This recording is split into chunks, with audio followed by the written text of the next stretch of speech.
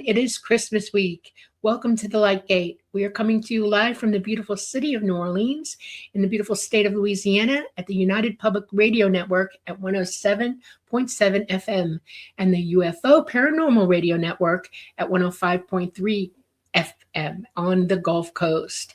We are coming to you live, well, tonight, pre-record actually, from we're on Facebook, we're on Roku, we're on Rumble, and we're on YouTube. We have a lot going on. I want to thank our sponsors. Thank you, Carnation. We love you very much. We depend on you, and we thank you very much. Happy Christmas. All right. So, Preston, it's a pre-record, so we get to do whatever we want. What do you want to do now? Well, not whatever we want, but... Well, kind of. Okay. All right. Yeah, well, thanks, Dolly, and thank you, everyone, for joining us tonight. Super excited. We've got a really wonderful guest. He's in Europe, so we're doing a pre-record. And yeah, this is episode 140 of The Light Gate. I'm your host, Preston Dennett, and my lovely co-host is, of course, Dolly Saffron.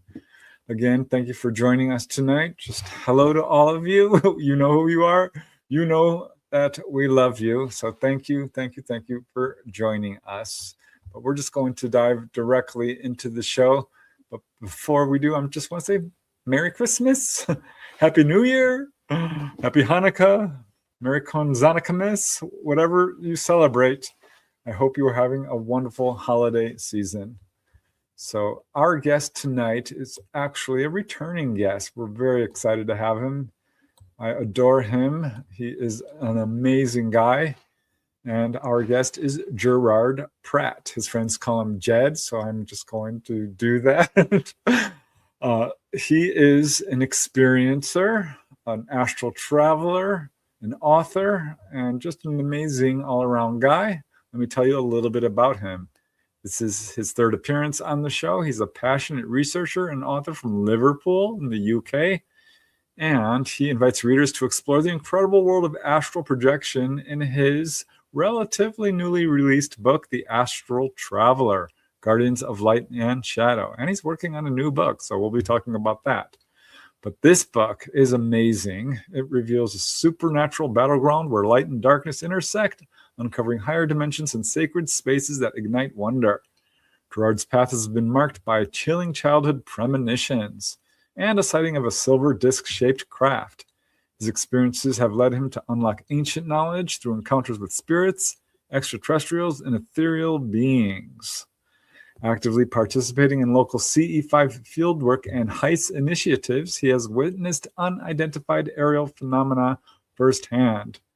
Through psychic circles, mediums, and seances, Gerard has honed his clairvoyance and experienced the phenomena of divine voices and spirit materialization, validated by polygraph-tested testimony. He passionately shares his transformative experiences through podcasts and discussions with fellow truth seekers, and his relentless pursuit of truth is embodied in his motto, Vincit, let me see if I can get this right, Vincit Omnia Veritas, meaning truth conquers all. If I butchered that, Jed, you can let me know. But yeah, we're going to be talking about all kinds of things tonight. So I'm super excited. Hi, Jed. Hi, welcome back. Hi there. Thank you. Thanks for having me. Thanks for joining us. We truly appreciate it. You were really popular on the last two times, so it's an absolute honor to have you back. That's brilliant. And with an introduction like that, what can I say? That's truly amazing. Yeah, so how's the book been doing, the Astral Traveller book? Astral Traveller, I've been on a few podcasts. It's selling quite well. Right. It's quite a complex book. You know, there's a lot going on in the book. So the feedback I've been getting is pretty good. So I think it's still got a long way to go, really. And I think maybe when the second book hits, which is a ufology-based book. See, the second book is a follow-up from this book, but it could be a standalone book too. But I think that'll raise the profile of the Astral Traveller, because it's quite a niche subject, astral projection. And although the Astral Traveller is my journey, it's a teaching book. So effectively, it's a how-to book, as well as with my journey promoting how to do it by example. but yeah, it's doing really well, and I think it's got a fair way to go still too. So I'm happy, and the project was amazing to do. But it was going to be one book, but I split it into two. So the ufology side of it, because I decided that, occultism with an astral projection, yeah, outer body stuff fits in well with ufology, but there's certain crossovers that within spiritism and things that weren't really matching. And plus, I had a lot of it's 329 pages, so I had to split it. Really, it was too much. But the second book, I'm going to try and keep the second book down to, I would say 250 pages or something, because I don't want to go to that extreme. But yeah, thanks for asking anyway. It's doing really well. I think Awesome. still got a fair way to go. I'm glad to hear that, because it's a really good book. I enjoyed it immensely. And that's not just because I'm totally into this subject. It's an absolute adventure story, and it's got all kinds of knowledge in it as well. So I can't recommend it enough. I've tried to do the same with the second book, really, from a ufology point of view. So I think I think the second book will do quite well. It's a real, shall we say, like a swashbuckler of a UFO book. It's got a bit of everything. There's a bit of light and dark in it too. There's a bit of nuts and bolts, and it's a lot of, aspects of the phenomenon that aren't nuts and bolts, the human factor and the psychic side of it.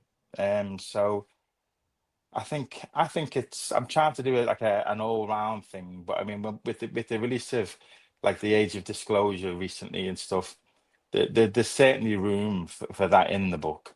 But I think it's more to do with the psychic side of it, to do with the non-physical side of ufology. It's a good mix, I think, because you've got to think of what kind of audience you're working towards, and my journey has been a bit of both. So yeah, I think it'll do all right. But it's a follow-up from the first book, but it can be read as a standalone book. But I guess we'll talk about that again, when it gets released, probably in April time. I'll probably send you an ebook file or something, and a bit closer to the time, and it's got a fair way to go, but it's pretty nailed down the chapters now. It's looking good. Well, I know the process. It takes a while. How many it's a lot of work. you've done a few books yourself now, haven't you? Well, a few. But, yeah, like a few dozen. But yeah, well, I'm glad to hear that you're doing a UFO book, because this subject is just growing in popularity right now. It certainly is, isn't it? Oh, it's crazy. So, and it's only going to get bigger, isn't it? I think by this time next year, if what we think, with the Spielberg release and more disclosure movies, it's only going to get bigger and bigger. Have you seen the Spielberg? No, I've seen the trailer. I mean, the movie is an hour. I just watched the trailer. Right. What did you think of the trailer? I only watched it once. I only seen it once, and I to be honest with you, I didn't quite get to the end. I thought, oh, this is a bit of a horror. Is it a horror movie or something? I'm not sure. Very, very dark. I almost couldn't do it either. I don't watch horror movies in any way, shape, or form. No, I don't. And it ripped me up to sit there and watch because I was trying to understand what was he doing, Yeah, I don't know where he's going with that. Yeah. I mean, I know there are elements of dark within the subject, but for me, it's predominantly light. I don't know. Right. I got an entire lecture today from Tolada because of that trailer, watching that trailer. I'm not supposed to do stuff like that, and because it affects me. All right. Yeah. And so I got a talking to about it, and I got reminded of things that I learned when I was younger about this whole subject. And most people don't want to hear the truth about it. Most people are. Let me ask your opinion about this. I'm just going to throw this out and see what you have to say. All right. Go ahead. All right. From your perspective. Okay. Yeah. It was explained to me that, we're all in source together, right? We're all in source together. There is nothing negative or, there's no antimatter in our universe, nowhere. Okay. Especially in the third dimension. It's very void of it. You have to go extra dimensional to find anything that even approximates that, and it's not really there. Okay. So, I always wondered when I was really small, because I had an issue at 5 with this. where does evil come from? What is the darkness? What is that? And what about the fallen angels? What is that? And there are a lot of conflation of evidence and knowledge in the Bible. Okay, there's a lot of things that got conflated together and shouldn't have been. And one of the things that I was taught was that personally, each one of us can give up parts of us by becoming negative. Okay, that we're here not to do that. We're here to become wise, more wise, to know all that's noble, right? And to elevate ourselves, to evolve. Okay. And in source, at some point, there was some that were going negative. In other words, they were choosing it, even in source, choosing it. And they went, nope, now you've done it. Okay. Now you have to go and start whatever journey you began to get here. You're going back. And this is the third dimension that we live in. This is where we go to learn these things from. We get the choice to lose it and go forward, straight forward with the right things, and lose and cast off all the other bad stuff. So what we don't realize as human beings here, that all the negativity, all the spookiness, all of the hate, all of the violence, all of the demons and everything, it's us. We're doing it here in this dimension, especially on this planet. And that one of the things we're supposed to be doing is losing it, getting rid of it, stopping it. And we haven't really been doing that at all. That's just why ET's like very concerned about us, So what's the question then? The question is, he's agreeing with me, so I almost don't even have Well, I'm agreeing with you because I'll be answering the question in when I start, because like how synchronicities work. The message of the experiments extraterrestrial, which is the title of the new book, was the message that I was given by spirit, because I asked, why am I having this contact with supposed extraterrestrials, Greys and Nordics, and the message I got was, it's the experiment extraterrestrial. We have commenced the experiments extraterrestrial. So I said, well, what's the benefits for me? What's in it for me? And the answer I got was evolution. And I was shown two versions of self, an evolved version and an unevolved version. De-evolved, yes. And they said it's accelerated evolution. So, that was one of the answers they gave me. So I think I understand what the question is. The question is, by being more evolved, we lose that state of negativity. Because I feel that we're inhabited sort of by, our spirit is from elsewhere. Obviously, it's not from here, is it? Right. So when we're incarnated in the physical, we can't know the answers, because I don't like to think of it as a test, but we're isolated from the answers because that's the only way we're going to evolve. But I don't think the extraterrestrials have got the same freedom, where they're more aware of the timeline. So we're isolated to evolve. So it's within us to do that. So if you want to go down the negativity path, follow the dark path, if you like, then that's a sign of an unevolved person, I think. Yep. One of the issues that you just brought up, and you stated it very eloquently to me, is that people do believe what you just said about we're cut off. And one of the things that was taught by ET to bring forward to teach people, okay, and I want to put it to you like this. You're a spiritual being, your consciousness itself, okay? Your physical mind is cut off from your consciousness by will, your will. In other words, fear, no knowledge, no academic pursuit of what you really are and how to use it. And we've got generations of people who have cut themselves off from it and not used it. We could evolve quite nicely, very well, working together in consensus with one another, if we all delved back to that, went back to that, and relearned how to use our abilities that we've stopped ourselves from doing. Evil did that. Evil put the kibosh on us. Literally, it took over. It wanted control of us. It can have your reasons. I have heard them all. But anything that wants control has to have control, and it can't have you knowledgeable and able to perform the way you should be performing and in your evolution. So they messed you up. They messed us all up.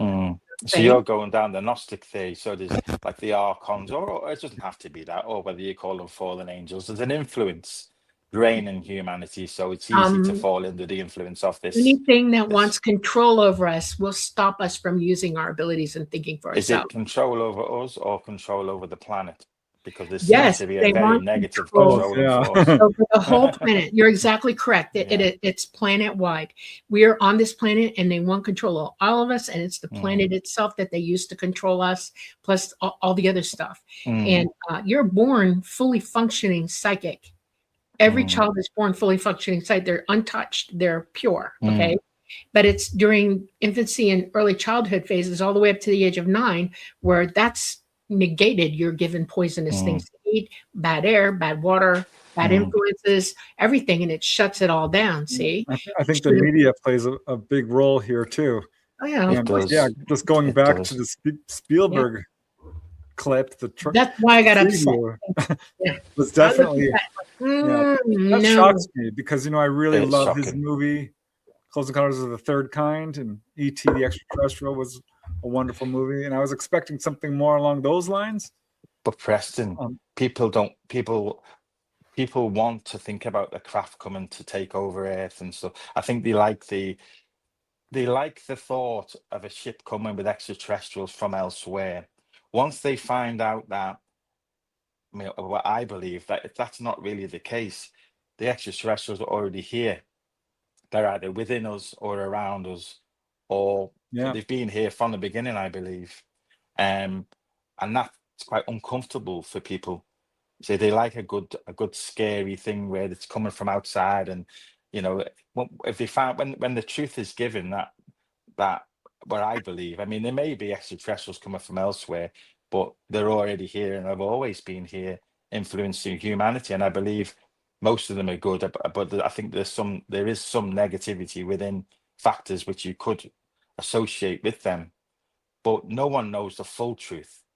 We've all got part of the story, I think, but the influence on humanity, if you were to say it was fallen angels, would you class that as extraterrestrial? I don't know. It's an influence. It's actual entities, not from this dimension. Look, so I'm going to tell you something. I'm declaring something to you today, right now. Okay, I've been loath to do it until now. You're the perfect person to talk to straight at. Okay, I absolutely know the answers. I am an absolute teacher. Okay, I've been sent here with that express purpose. This is my path, my destiny to be here to clarify, give you all the truth, so that you understand what's really going on. It is not refutable. You cannot refute truth when it's spoken. And believe me, when I say something to most people, they hear it and they go, oh yeah, okay. Okay, so the truth is this. The Fallen Angels was written by men who were influenced, okay? So they didn't speak the 100% truth about what was really going on. When I said to you earlier that all of us are entities, we're all consciousness and we're all in source together. It doesn't make us one better than the other. They didn't know what they were looking at back then, and they called them angels. They were us and you and E.T. all together, okay? We are the children of E.T. We did not start on this planet. We weren't put here or evolved here. We were planted, okay? They are our progenitors. We are their children. That is the truth. And there's just some things that you have to walk in truth over to realize what it is you're gambling with while we're here on this planet. And we're gambling with a monster who's a liar, who's working 24/7 to confuse you to the point that you can't make heads or tails. And you're going to ask question after question after question with no answers unless somebody shows up to tell you. I'm one of many who have come here for this reason. Buddha came here.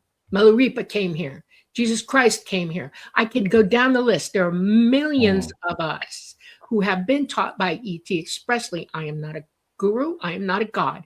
I am just like you, but I know because I was taught the truth.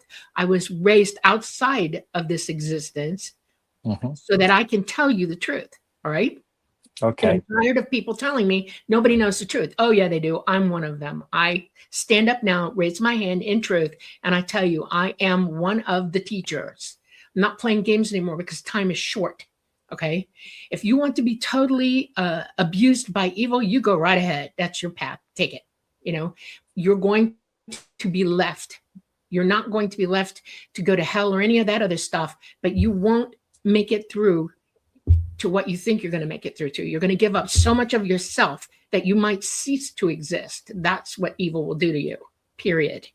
And the evil that's on this planet now and around us and other places in the universe, because they exist too in the third dimension. There are other planets like this one who are stupidly doing the same stupid thing we are. Okay. That's why ET is watching us very closely. When you have children and they're going in the wrong direction, what do? You let them play it out. You try to teach them, you give them advice, you show them the way, you do whatever you can, but you can't interfere in their exact lives. Well, we all have the autonomy to make these choices, and that's exactly what I think we're here to learn, to make that choice. You are true. ET walks among you. Yes, they do. But they are not physically, it's only the ones that chose to be here. Okay. The majority of them right now are not here. They all left. They took their stuff and they left because we are now at a phase where they can't be here.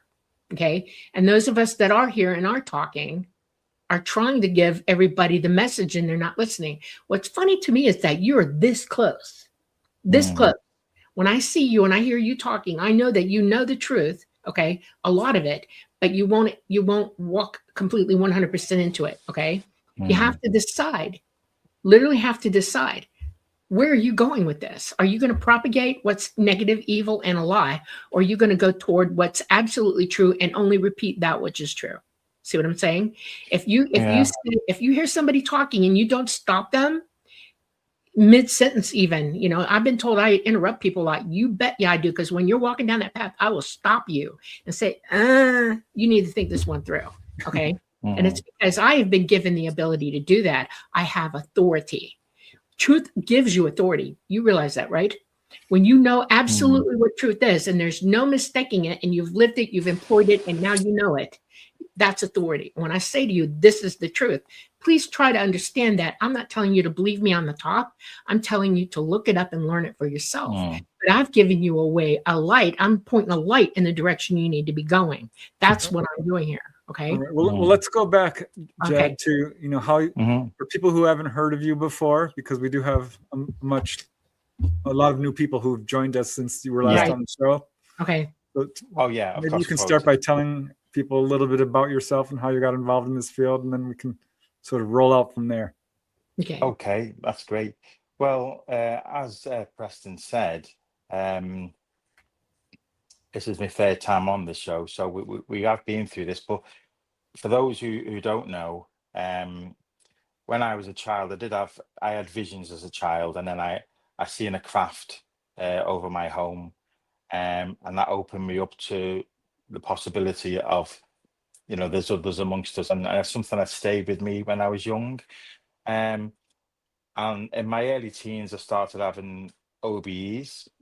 Well, actually, it was sort of mid-late teens, spontaneous OBEs. And I suppose I had quite a few visitations in my 30s, but it wasn't until I was 40 that the OBEs ramped up and I started having direct OBEs. And then I started getting voices. And it was a variety of spirits made themselves known to me, entities, including extraterrestrials. And from about 2018, it just went wild, really. And I was having numerous OBEs. We had a lot of spirits in the home. I ended up joining a spiritual circle, which I still attend. And I give messages, I receive messages of other people. So I'm developing clairvoyance. So I'm involved, and I like to meditate a lot. I still do have the occasional OB, but since I started writing books, it took me away from it slightly. But I'm busy, and I like to go to conferences and speak to other people on the same path. I attend C5 meetings, so I'm involved with the heist community as well. So all around, I'm involved in, I would say, more in the ufology community. but also within the spiritual community. So I am a believer. I do attend seances and a spiritual circle. So that's where I'm up to. And that's generally me, really, and I work on the railways, so I do work a normal job as well. Yeah. Yeah. And I enjoy talking about these subjects, really. And that's quite worrying because as you know, Preston, and you certainly know, Dolly, when you're talking to non-believers, or you're talking to people that want to talk about mundane, normal, day-to-day things, you're sort of yearning to talk about, like, either the supernatural or predominantly, ufology-based subjects, or any of those things. Something Life just deep. once you go down Yeah. a rabbit hole, Yeah, it's the difference of, yeah. everything else is Yeah. quite boring to me. I love It's hard talking to about live these in a things. world where everybody is locked in and you're on the outside of it, literally. And Yeah, you're the one who's actually living a normal life and they're not. And it's kind that's of how it hard. feels. They It's can't hard see to the Yeah, I agree with have that. you're a seeing the conversation with moves. anybody. Yeah. You're So seeing you feel, you resonate with truth, and you feel like they're missing out, like they're going around with blinkers on. And that's nothing negative, because maybe I was the same at one time. But like I've just said on my introduction, I think after seeing a craft when I was 7 and having the visions, and I just always knew there was more, and then within my development and stuff. I mean, me and my wife have physically seen craft, and we've had an energetic resonance with the craft, which altered our vision and all that. So there's, and we've been to seances where we've seen things levitate and things. So we know that the world isn't what we think it is. I think right. it's definitely less physical than we think it is. It is And I less think physical. we're more dominant in as people. We have a lot more power over our environment than we think. A lot more control. Things. I'm not saying it's a matrix, but I see it as a spiritual construct. That's what I see the world as. Yeah. And I believe that we can alter that, and we can, by using a form of manifestation to a certain degree. But the consensus by the majority are controlling the narrative. So the more people that believe something, and we've just been speaking about the negativity of the majority and so forth. So they will drive, the energy of the majority will drive. So, I'm not saying that we can't affect change, because when someone's resonating on the right frequency, they will have like a light or an aura around them. They will light up a room. But it is difficult, because I think it seems to me like we're in a position of a bit of a stalemate with the planet now. I think there's so many people are following a negative path, a materialistic path. Yeah. A lot of people are paddling their own canoe, as they say, and they don't even know they're selfish. But No. so I try to strike a balance, and the more OBEs I have, the more astral projection I do, then the lighter I feel, and the more it connects me to the spirit. And when you feel the spirit, you feel a sense of oneness and love and stuff, and that will last for days. But Are after you've you had an OBE, are you able to OBE every day? no, not at the moment. And because I've chose this path of going into doing the writing and stuff, Mhm. it's like, I might have a spontaneous one, but I'm not practicing at the moment. I'm not trying, because it can be tiring for me. But then again, I'm saying that it could happen where spirit will deem it a time to spontaneously initiate the OBs. Can I So ask you a that can question? happen. Do Yeah. you realize that you OB every night, whether you realize it or not? Oh yeah, I Okay. do. So, And the but minute the you go to problem is because sleep, I'm not your consciousness practicing. goes out, right? So it's Yeah, just a matter of you remembering, right? that's right. Yeah. Okay. But Um, that takes energy. yeah. Yeah, I found that Especially when you're tired. I really have If to I've been focus writing, on I'm it. so tired. And if I'm so tired after writing, I think I just want a good night's sleep. And when I'm practicing, it's like, okay, I'm going to try and wake up at 5 in the morning, or you're thinking about it, and you're asking questions, and you're putting your notes under the pillow, and these are all part of the processing of mind conditioning. And once you start it, you don't need to do it. But I mean, it takes a bit of kickstarting again, which I intend doing. At the moment, I'll just take the spontaneous OBEs, and I'll get some sleep. Yeah. Um, And maybe it's a sign of old age. I don't know. I need more sleep. No, there's a lot in the airwaves coming on around us. Yeah. The last Yeah. time we talked, one of the things that I asked you about was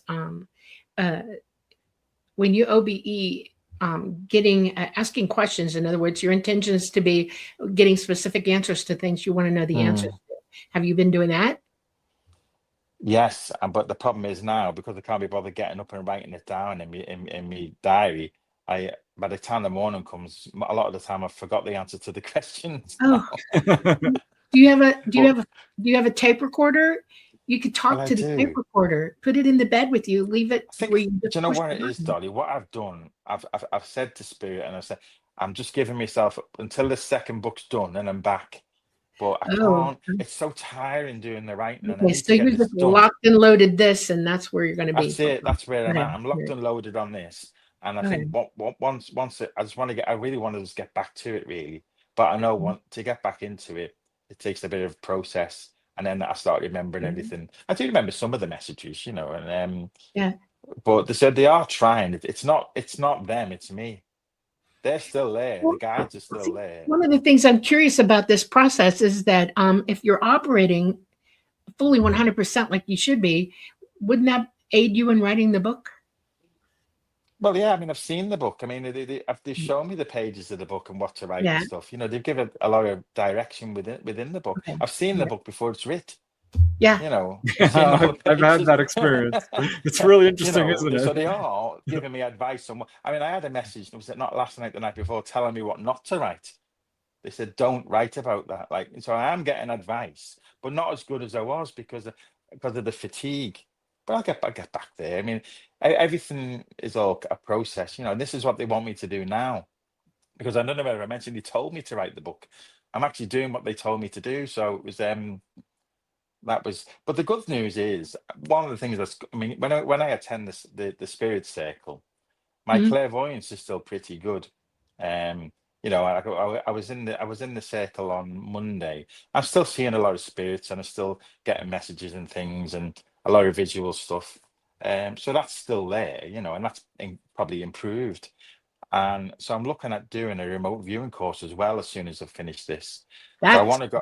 I want to go to the Monroe Institute, but for £2,500, I can't quite afford that. So that's what it Wow. costs. So to where go is with the institute?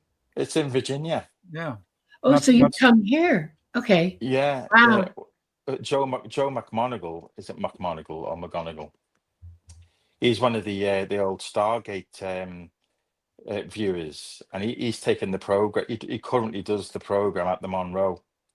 But like I said, that kind of price tag, I don't know if I could just. I mean, I can't afford it, And obviously. that would be specifically for remote viewing? Yeah, it's only a 5-day course for that Have price you as ever looked well. up Russell Targ? He has free I tapes have, yeah. online. You should He's in the listen to book. them. Yeah, I Yeah. mean, I've done one of the chapters or half a chapter on remote viewing, Yeah. on the new book, and I've gone into Targ and Pat Price and Ingo Swan and the objects they viewed on the moon. I mean, did you know they were both Scientologists, Swan Yeah, I know. I find that and Price? I'm not going to tell you how I feel about that. No, you don't need to go there. I mean, for me, Yeah. I don't judge people on those kind of things. Yeah. And I know you don't either, but for me, it's interesting by the fact that one of the chapters in the book with Scientology, they have what they call a theton, and the theton is an extraterrestrial, is alleged that inhabit the body. So, when they have their OBEs, they call it exteriorization. So when they exteriorize, they're allowing the extraterrestrial to leave the body and be in its natural realm. This is all written by Ron Hubbard, by the way. Now I Yeah, don't know if you know about Ron Hubbard, but there's we can go there, but maybe we won't. But I want to go there for 1 second. Ron Hubbard Mm. was a great science fiction writer, and you can't live science fiction. And that's what I'm going to say about it. Yeah. Okay. I want you to seriously consider what that means. It's science fiction. Okay. But not so much. Did you know that Ron Hubbard was good friends with Jack Parsons? And I don't know if you know, but my Jack dad Parsons. knew Ron Hubbard as well. But Jack Parsons, Yeah. who was one of the most famous rocket engineers. Yeah, no. He more or less started JPL. I think it was the JPL, the Jet Propulsion Laboratory for NASA. Yeah, yeah. Well, He's a very intelligent man. All good science fiction authors have a base of science under them to let their imaginations run wild. Well, And I'm it's going not somewhere all, with this, it's all Dolly. theory. I'm going somewhere with this.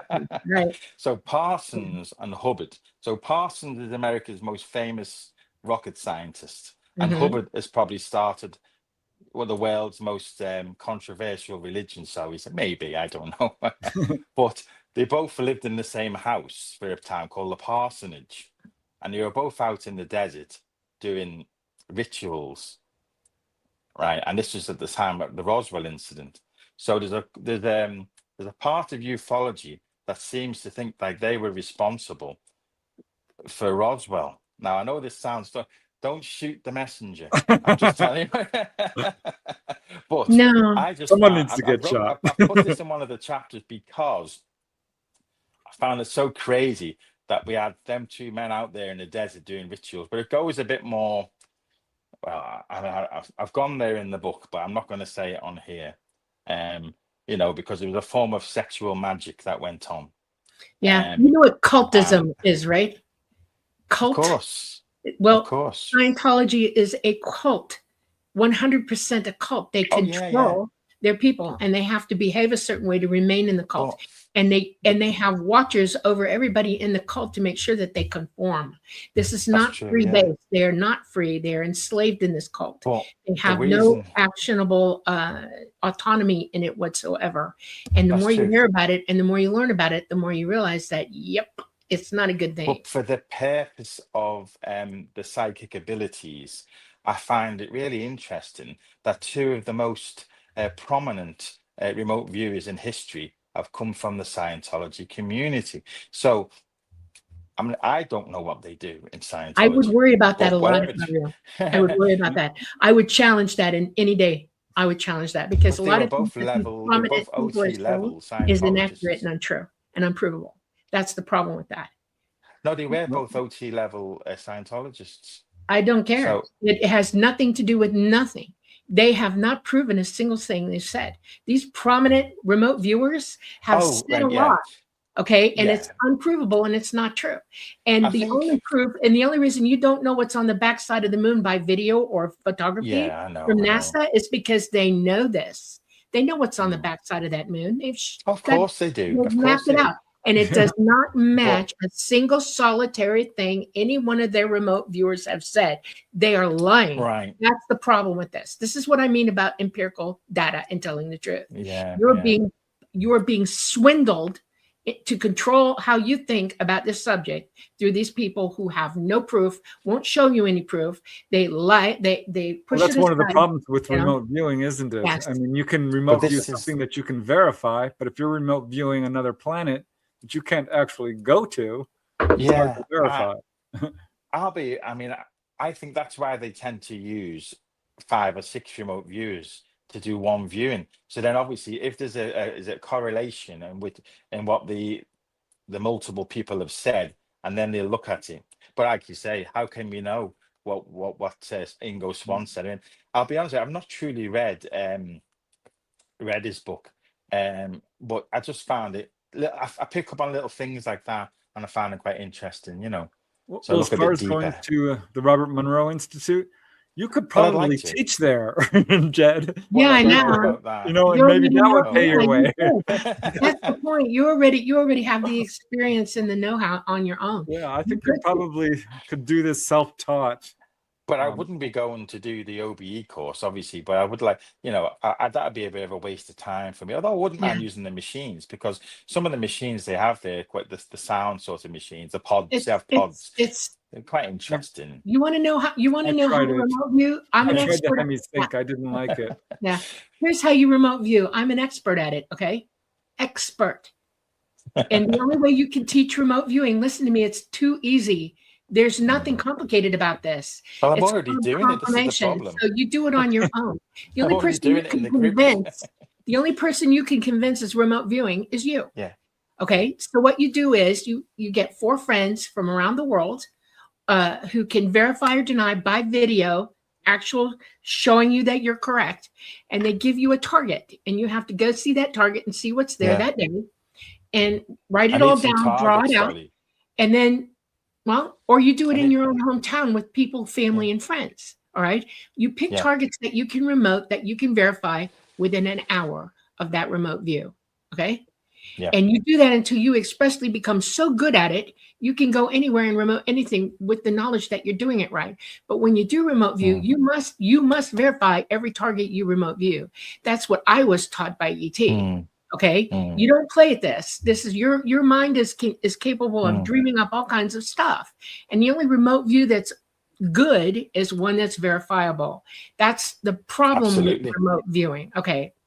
And I have lots of people saying, well, I remoted this and this is going on and this is going on. And I'm like, prove it. You need proof. Show me the proof. Right. It's the same thing with mediumship. You know, you need, we call it, is it, there's a term for it where you got to provide some kind of evidential proof. So yeah, you know, but it's just something I'm interested in, but I won't be paying that kind of, I'd like to do it, but I just need a bit of structure to give me some targets, really. I'd like to, because I go to the group and I'm getting all kinds of visions, and I could do with a bit of structure, and someone say, hey, I thought about asking somebody, saying, will you put something in that envelope for me? And you know, a bit of structure. You don't need an envelope. See, that's the problem. This is too many controls. When it's actually that easy to do without all of that stuff. Okay, even Russell Target wasn't a real target person at all. Okay, basically you need another human being who can verify or deny, or a group of people. Three verifying is better than one. Right? And I think I need to start my own remote viewing group up and get. You should. There you go. I like that idea. One another. Psychic ability starts with us. We can all do this. But you have to be willing to do the work yourself to do it. But do you find it interesting though, Dolly, that remote viewing is seen as part of you, and you probably disagree, but it's an okay subject within ufology. But once you start going down, well. It's because I don't really know why, to be quite honest. I can tell you why. It's because they're back engineering craft, and they know that it's flown psychically, and they know that remote viewing is 99.99999% of an ability that you have to pilot these things. And they're trying. But they don't like us calling it psychic ability. Well, you don't mind the word psychic. You don't like the word mediumship, and you don't like the word spirit. But they don't mind psychic or remote viewing. Right. If you've not found that with ufology, there's a certain set of topics that are okay. For example, the Islamic jinn, they're okay now, they're part of ufology, but we can't talk about them. It's like ufology is just found in its own way and its own terminology. Yeah, well, the military industrial complex global is controlling the rhetoric. That's exactly right. And if you start speaking absolute truth, they're going to try to knock you down. That's why it's not ufology anymore, it's UAP studies. Exactly. Yeah, they changed that already. I mean, it's like a dog and pony show that we're all starting to fall in line with, and we need to shut them up and tell them. Well, I mean, there's a whole lot of disinformation because now we have people who are doing remote viewing and speaking with, you know, their authority. They're talking about like 3-Eye Atlas. I'm like, oh, I've remote viewed it. No. Things that are. Oh, that was so annoying watching that. It's still happening. Lost patience with it. Oh no, there's people who are still talking about 3-Eye Atlas like it's turning around and coming back for us. I'm not going to. And so some of these remote viewers have lost, in my mind, credibility for the things they're saying about 3-Eye Atlas. And you're seeing that all over. So let's shift, if we may, to the movie Age of Disclosure. Dolly and I talked about. We just did a Q&A episode last week. So we kind of already said our piece on it, but I'm interested in what you, because you saw it, right? I did. I've watched it twice. I paid £28 for it or something like that. No, I wanted to put it in the chapter, didn't I? I thought there may be information there, and so two of the chapters, one about the technical side to UFOs, because I've done a chapter called the Legacy Program, and I've done a chapter called Alien Reproduction Vehicles. You know, I thought I better, you know, if it's going to be an all-round book, I'll have to include it. So I had to watch it, and I had to get a few things from Eric Davis and some of the technical. But I think Hal Puthoff spoke about it as well, didn't he? The bubble around the craft, the sphere of influence, and the, you know, and how it works. And Elizondo had a few things to say about that as well. So yeah, the technical aspects of the reproduction vehicle, which are different to the actual real vehicles. This is the difference. So, because I've got a chapter called the Sky Pilot, which, well, I haven't spoke to Grant Cameron. If he doesn't let me use the word Sky Pilot, because that was one of his books, I don't think he'll have a problem with it. I'll just call it Flying the Craft or something. No, you can't copyright a title. There's been lawsuits about it. No, it's only a chapter called the Sky Pilot. Yeah, but I mean, you're allowed to use that term. How about UFO driver? That's what it is. No, I don't like that. You don't I like was going that? to call Wow. it Flying the Craft, maybe. You know what I mean? That sounds okay, doesn't it? Okay. It's only a chapter.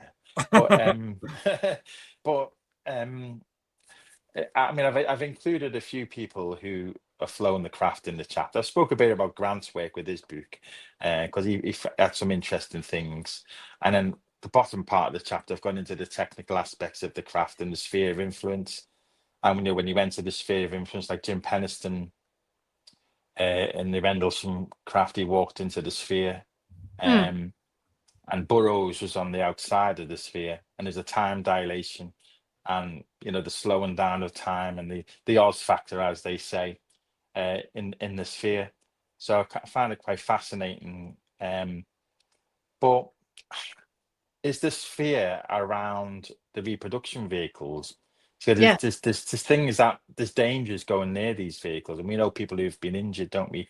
So it's something. You're trying to make up the difference between an ARV and a genuine craft, right? But this is at Norton Air Force Base, and that's a back-engineered vehicle that is not a real UFO. That is, yeah, exactly. But funnily enough, I think that was in '88. But the Cash Landrum was they go all the way back to the early '60s, late '50s. Well, I'm not jumping around. At Norton. I'm trying to think. Brian Gilland, was it? I'm trying to think of the guy who walked in and seen that craft. He reckons he got lost off the Air Force Base, and he walked into the hangar and seen this. A general was delivering a briefing on the craft. But again, it's part of UFO lore, isn't it? We don't know. Did it really happen? Didn't it happen? I mean, he seemed quite confident about what he said about it. And that was at Norton Air Force Base, 1988. But when you think of the Castle Landrum, I've done a little picture of the Castle Landrum craft there. I don't know if you can. Yeah, that's one of my illustrations. Bring it up. There we go. I think it was that 1980, the Castle Landrum. 1981, I think it was. Yeah. That's not a real UFO either. No. It's one of their experimental models. They even spotted how many CH-47 helicopters there was around it. Yeah, of course they would. They're protecting it. That's why. Well, I was thinking, could that have been that? It was called the Flux Liner, the one at Norton Air Force Base. Yeah, I guarantee you, if I had a pretty big, mortar, and I shot it at that, it would destroy it. That's how back engineered that is. They had support around them. Yeah. But the way I've gone in the chapter, because we started with the Magenta crash of 33 in Italy, and this is what David Grush spoke about. So this is in 33, the Magenta crash. Now, they reckon from the reports there was 2 blonde males that were took out of that craft. They were deceased. So shortly after that, we had what was known as the die glock, the bell. Okay, and this isn't proven thing, this die glock, and that was in like 44, 45. They reckon that came back to the States. Were they one and the same? Were they the same craft? Because surely if Mussolini would have had the Magenta crash in 33, and all of a sudden the Germans have got a craft in 44, there seems to be some kind of crossover with that. So just in the ergonomics of what it looks like, the Diagloft is weighs so much that it took a giant crane to lift it. It's that heavy. It's not made with the kind of metal that any craft ET is made out of, and then the ones that were back engineering aren't even that heavy either. Okay, they had no ability then to go anti-grav. All right, they were working on it. They had small little representations of it, but nothing that big. And the Germans were trying to terrify everybody at that time and make them think they were doing things they were not. They were trying, but they didn't have the technology. We don't have the technology to reproduce an ET craft fully. Wouldn't Mussolini, if the 33 Magenta crash was in fact what they say it was and what David Grush says it was, would that not have transferred to another Axis power? I mean, is it possible? Is it feasible that James would have got the hands on that tech? You want to know something? It wouldn't have mattered, because we already had the ability, the military industrial complex already had worldwide control at that time. And the reason we won the war the way we did worldwide is because of that, because their communication was already linked up to it. They had people infiltrated into every country they needed to. It's much bigger than you absolutely understand or realize. Okay. Because it wasn't firepower that won that war. It was intelligence. And it was the military industrial complex that did it. And they were where they needed to be, when they needed to be, to stop it. But they wanted control over everything, everyone, and everybody. And they absolutely achieved it. Eisenhower warned everybody about it. He absolutely understood what had happened, and nobody listened. Nobody listened. So now we've got a world full of people who have been strategically placed worldwide. There are places in every country on this globe that are part of the global axis of the military industrial complex who have been working on back engineering. We're not the only ones to do that. Yes, back then, even the French were working on it as late as 1938. I found paperwork on it that showed it to Preston. Absolutely, they were working on it. So, but this is in 54, a Holloman Air Force base. Yeah. This illustration here, or Edwards Air Force base, is the same. It's the same base, but that's misinformation and disinformation right there. It's not true. It is because I mean, allegedly it was Nordics that he first met, and then apparently this is where the disinformation goes. Allegedly, he met Greys and done a deal with the Greys. Are you talking about Eisenhower? Yes. That was 54. Yeah, that's what he just said. Okay, 1954. And he was, nobody landed. They brought him up. They had nobody could stop them. They brought him off. They took 2 people with them. There were only 3 human beings on that craft, and they took them. And they went off. That was the first landing.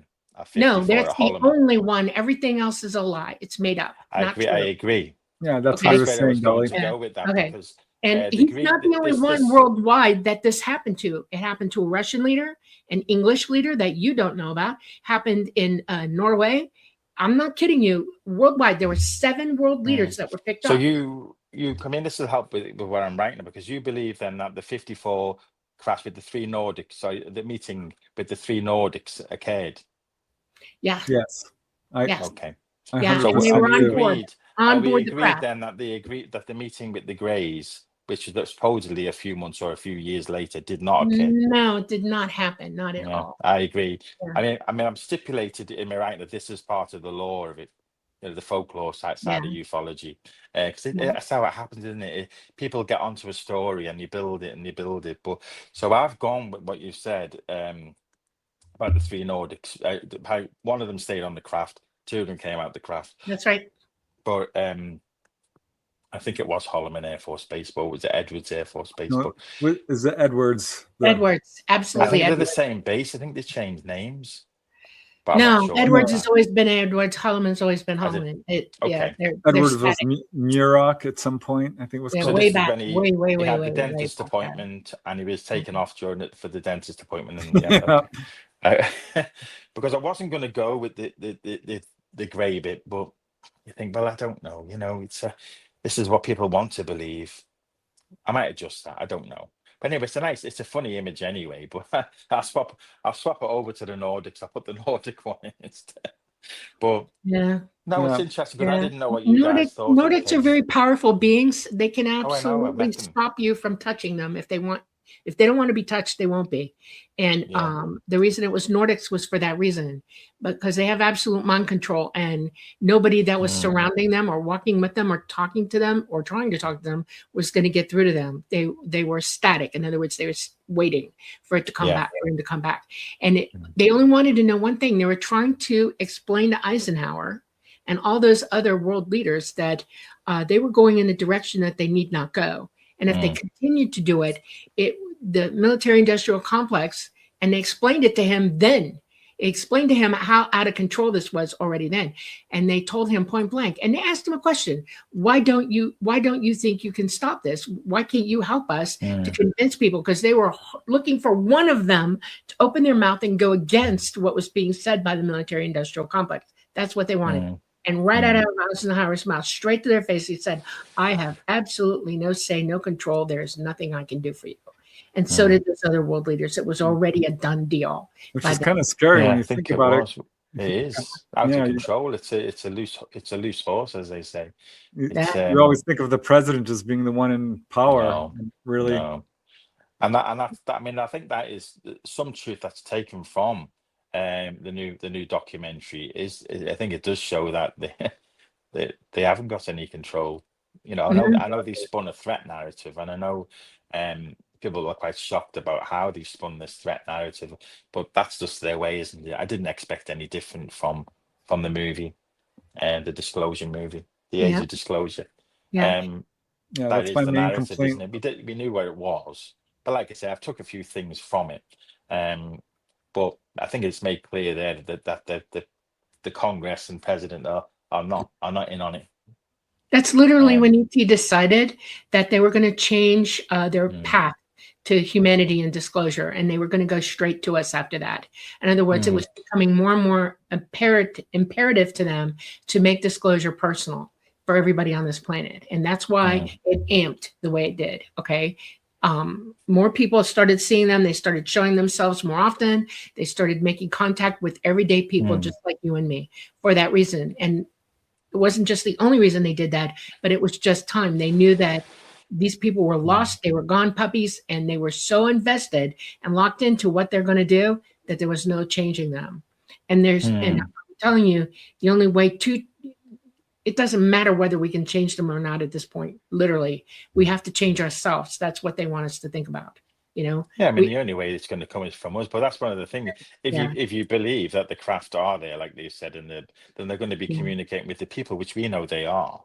They have them. Yes. So it's like most of my experience are all non-physical, and there's a crossover between physical and non-physical, and that's going back to this guy flying the craft chapter, whatever I decided to call it, does cover that element of the non-physical element of the contact. Did you get a chance to sit aboard? I flew the craft. Okay. I want to hear about it. Describe it.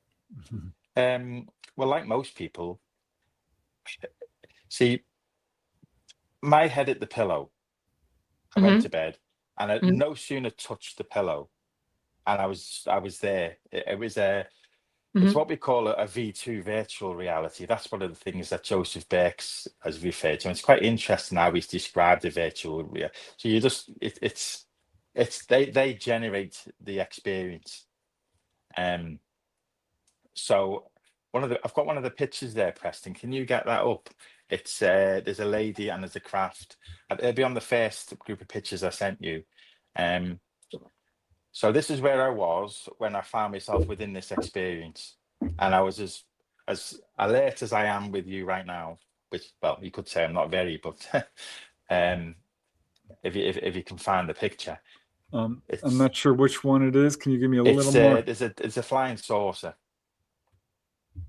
And there's a lady. Can't miss it. Okay, I think this might be it.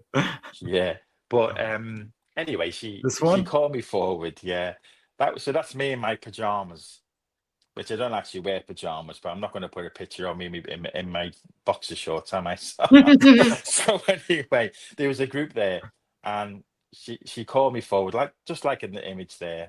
It took me a while to generate that image, and she was really friendly, and she told me to follow her. So we went up. And we went on board the craft as a group.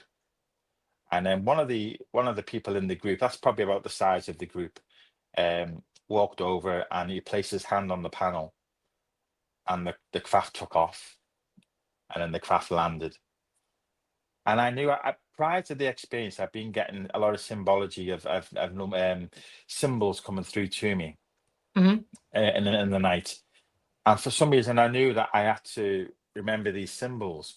So I asked if I could have a go at flying the craft, and she called me over, and I placed my hand on the panel, Now, bearing in mind that other people have reported placing their hand on balls, it doesn't really matter for the experience, because what they're ascertaining is, this is part of the experiment extraterrestrial, can your mind do what they want it to do and communicate and control the tech? It's non-physical, the tech. You're being tested. That's what you're being done. Exactly. Right. Yes, you're on the nail with that. So anyway, I put my hand on the panel, and that's and I concentrated on the symbols, and I could see the symbols in my mind's eye. So they weren't actually on the panel, but that's the best I could do, and that's probably how many symbols there was. And all of a sudden, I felt this symbolic. Is it symbionic? As there's a term for it, but I felt oneness with this craft. I felt static in my body, and I could suddenly see for miles around, Right. 360 degrees You're for nailing it. Yep. miles. Like Right. I could see a pin at a mile away. I was tuned into this energy of this craft. And I don't know why I decided to lift off. I went up about, half a mile or something, not that high. I spun the craft around, and I thought if I wanted to, I could have moved and gone elsewhere, but I decided to land the craft, and I'd done well. Like people were pleased. There was a round of applause to do it. And the next part of the experience, I found myself in an office next to the hangar. I sat on the sofa, and there was two in the red uniforms talking. And on the corner, I seen a spirit guide who I'd received messages off and I'd had communication. And he walked over to me, and I remember saying, "Come closer, friend. Do not be afraid." Because at this time, I wasn't afraid of anything, really. Right. Yep. And that's what you need to have, that lack of fear. Yep. And he walked over and he placed his hand on my head, and he flooded me with the serenity, a oneness of the universe, all those things which you know about. And I just, the feeling, and that was a connection made between me and. But Grant Cameron speaks a lot about, a lot of people have the experience. There's a guide present, usually over the left shoulder, sometimes on the craft. So it's a spiritual experience as well as the whole thing. You're being tested. They want to know, can you integrate with the technology, if it is technology, whatever it is. And I think that's what it's to do with. So it doesn't matter if you place a hand on wherever. Right. That's what it is. It's light technology, and they test everybody. I'm not joking around. They're looking for pilots. Okay. Yeah. Funny thing, the fact that you did as well as you did is amazing to me, because mostly girls do it, not boys. Right. Very few men. There's a lot of pilots. I think most of the pilots in Grant's book, he's got 36 in the book, and there's now 50 that he knows, that he speaks to, and I think majority were females, and one of them actually. I think Pam Dupre's passed away now, God bless her. But she never even had a driving license. Grant found that quite funny. She can fly the craft, but she can't drive the car.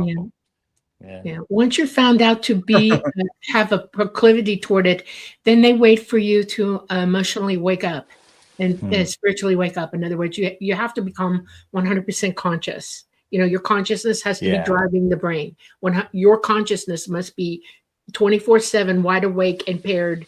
It's like when you're pairing. Dolly, at that time it was. It was. I mean, I have digressed slightly from where I was with that. Yeah. But that was you the have to last maintain experience. it. Yeah. And then it takes about 4 years to learn to pilot, to genuinely sit in the seat and go with them.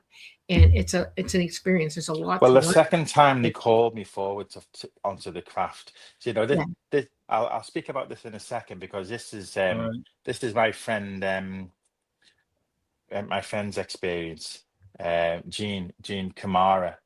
In fact, I'll just tell you this, and then we'll go on to Jean's experience, because she wants to be in the book. But prior to the craft experience, they took me to an inner Earth base, right, and they took me physically, because they inhabited my body. I was out the body, and he came towards me, inhabited me, and took me to an inner Earth base. So a portal opened up, and we went into this portal. I was just a passenger, to be honest with you. looking at the light, the mesmerizing lights of the portal. And when we arrived, there was somebody in the red flight suit who knew me, and they showed me around the base. They showed me there was craft there too.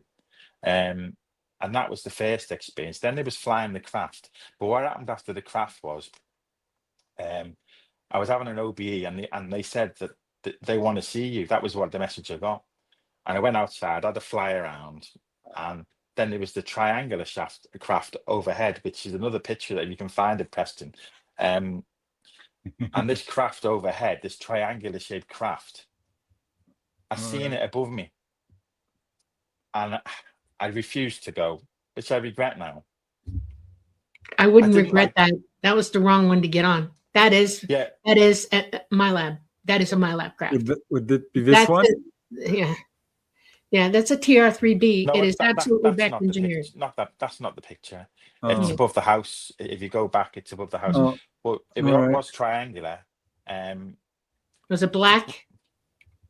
Yes, but they trapped me in a beam of light. I was having an OBE, and a beam of light.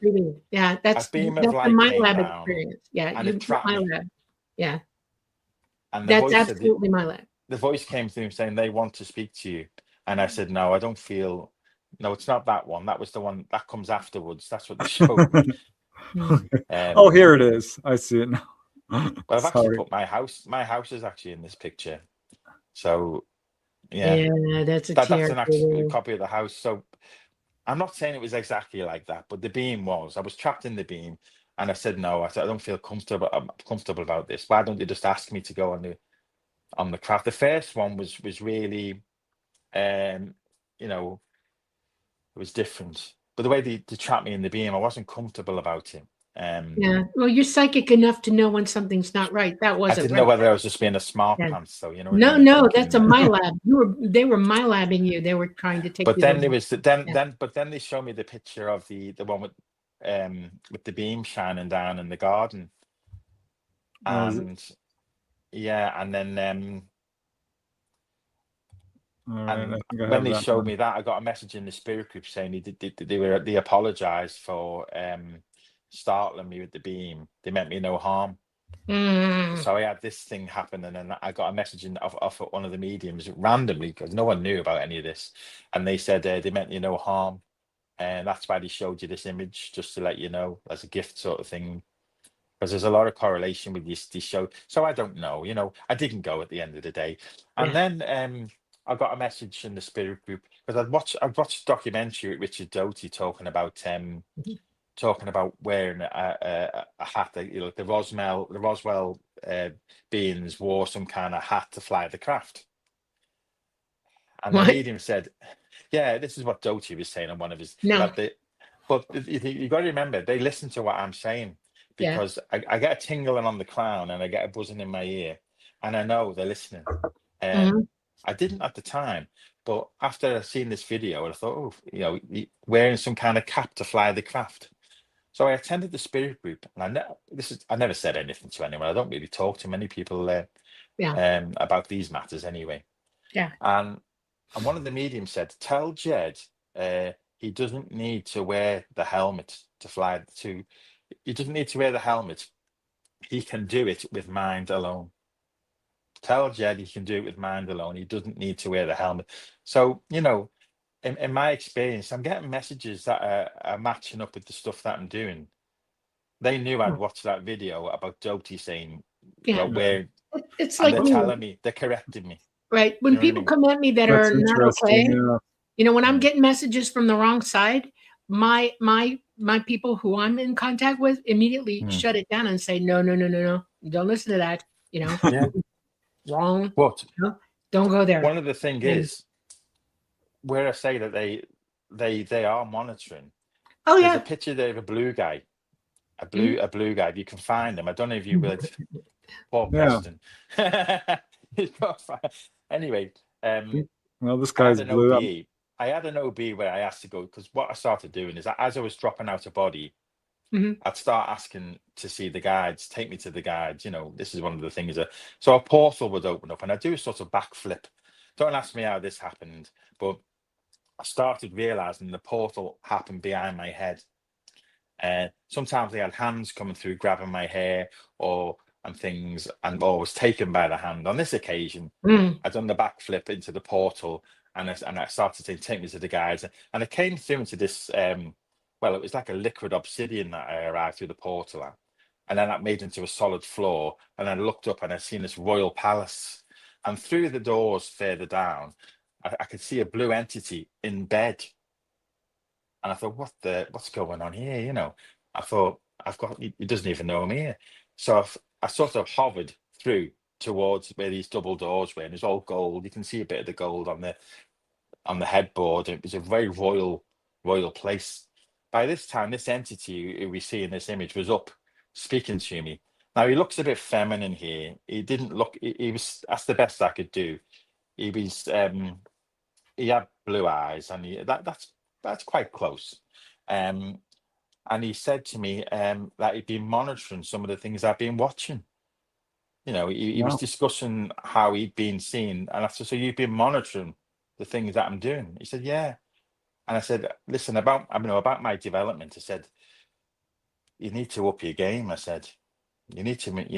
I was sort of having a go with him, saying, "You need to," which I felt really bad about afterwards. And he said to me, "I'm doing my best." I thought, "Oh, well, okay." But he was really friendly. But I always laugh. I mean, it's quite funny, really. I'm having a go at him, saying, "You need to up your game here," you know. And it's me that's not doing enough. But anyway, it was one of them experiences. But he was blue like that. I thought, what is going on here? You know. But I was told that they generally change their images to whoever suits the experience. So that's what they said to me. They said, because I've been telling people about the different entities, and then I got the message that night saying, you know, just to correct you, we choose the image by what lesson is needed at the time, more or less. So really speaking, I don't know, you know, is that what it was You real? do. That's a fifth dimensional being that can present any way that makes you comfortable. To a lot of us like that. The way I see it for me now, you know, there is a higher entity that's connected to me, and he can alter. It's the evolution, like we said in the beginning, is the important thing. You know what I mean? Yep. But you know, but if I go back to Jean's experience, I speak to Jean quite a lot. She's from she's in Pennsylvania, Jean, and but she's one of Grant's sky pilots, and I didn't even know that she was. I said, and she said, "Oh yeah, I flew the craft." I said, "Really? Okay, you know." And I said, and then she contacted Grant, and then next thing she was in his book, flying the craft as well. But her experience now, it's this bit like she's seen Saint Germain. What happened? She went to Sedona to a park. What's it called? It's a Bunyan Canyon or something. I can't remember the name of the place. That's right, Boynton Canyon. Cockatoo Park, is it something like that, or National Park? Coco something. I know Boynton Canyon. I don't know the other one. It was Boynton Canyon in Sedona. Coachella? Yeah, I think that's what it is. Yeah, it's Coachella. Yeah. Yeah, but she was camping with a friend, Rita and Pat, and they went to sleep at 11. And the next thing she knew, she was facing the craft, and Saint Germain invited them on the craft. So if you could get that image up, Saint Germain. How did she know it was Saint Germain? Because she was into Saint Germain. That, you know, this is where we're going. Okay. Whatever the entities were, she's quite open to the fact that the entities. So that the lady with the black hair, that's Jean, and the lady with the blonde hair, that's Rita, and that's Saint Germain in the middle. Now, if you see an image of Saint Germain, this is probably a good-looking version of Saint Germain in modern things. But they made them put these blue suits on, which had bolts of lightning shooting around them. So the suits were like I don't know what's a word for it, but they were connected to the body. And the flight crew were probably Nordic looking, pretty human looking, and they wore the same blue suits. And he offered them, "Would you like to fly the craft?" And it was about concentrating on the mind. He pressed buttons and he went forward, and time passed into the past and wherever. They asked to go and see other planets, and that's where they went. But she explains the process of concentration. And I think it's the same for any of the sky pilots flying the craft. It's about concentrating on where you need to go, and that's how it happens. So after the experience, they found themselves back in the tent. They took them back to the tent. They remember being taken back. And then they woke up. And both of them collaborated the story, both Rita and Jean. And they looked out of the window of the tent and they seen the craft. Wow. And this is the bit where it's gifted to you. So you have the experience non-physically. But then, because I think they prefer giving you to it non-physically, because they don't really want to, terrify us, or they're quite careful how they handle us, I think. But they let them see the craft depart. So, I mean, Preston, with your book, Onboard UFO Encounters, is there anyone who describes seeing the craft afterwards? I mean, as a sort of, because I know from what I've gathered from Steve Meara, because he's very knowledgeable, he estimates that only 4% of encounters are actually physical. A lot of them come through regression. So, maybe they are physical, but you've had to be regressed to receive the information. But I think I've heard stories before where people report seeing the craft even after the abduction or whatever the contact experience. That's not unusual to see it before and afterwards. Yeah. I'm not sure I agree with that assessment, honestly, because I do think this is a physical experiment.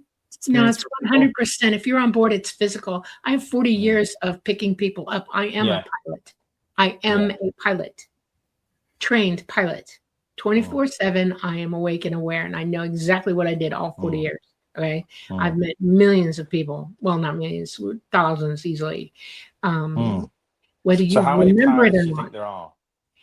How many what? Pilots. My generation, the one that I know that were from all over our particular galaxy, is 40,000 that were trained during my training. 40,000. And others who've gotten to try it. No, they might not necessarily be regular trained pilots, right. but they're looking for pilots, right? But they'll let you sit in a seat. They're trying everybody out. You have to reach a certain level of ability to be able to fly with them. You have to be physically ready, morally ready, spiritually ready. You have to be psychically ready, mentally, all of it. And your education level has to be pretty high. Okay. Right. You have to have a pretty high IQ, and you have to have a lot of base knowledge. That's me counting out. But I do think it's physical. I really do, because there's a guy in England I interviewed. He was missing from his room. His mom could not find him. There was a kid in Louisiana.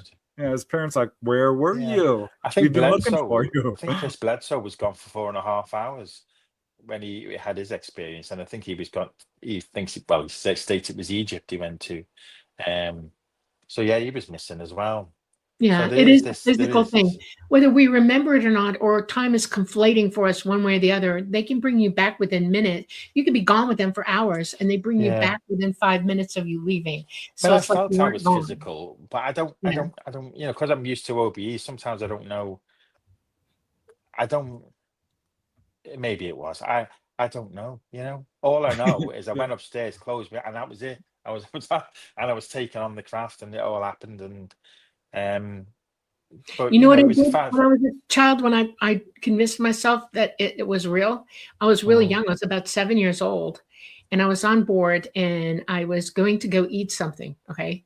And the food that I was given was food that they wanted me to eat. I didn't have any earth food with me at all. Okay.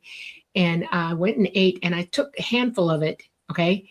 And I smashed the table in front of me with it, and it gished between my fingers, and I moved my fingers all through it, and I picked it up, and I threw it up in the air again, and I smashed it down again. Now everybody's watching me do this. And then I licked my finger, and I bit my finger, and it hurt like hell. Okay. Like I knew I physically been bit. You couldn't do that in a dream. And when I did that, I realized, I'm actually here. Okay. And there's a lot of people with marks on the body. I spoke to Steve about this last week. There's a lot of people who have marks on the body, after certain things. So, I don't claim to have all the answers, but I'm just glad that I had the experience. It's a good chapter, actually. Like I say, the book's balanced, and the chapter after that, where we go on to the greys and abductions, that's slightly a dark chapter, but it doesn't have to be. It didn't have to be that way. But I've had a few experiences with the greys, and none of them were negative experiences.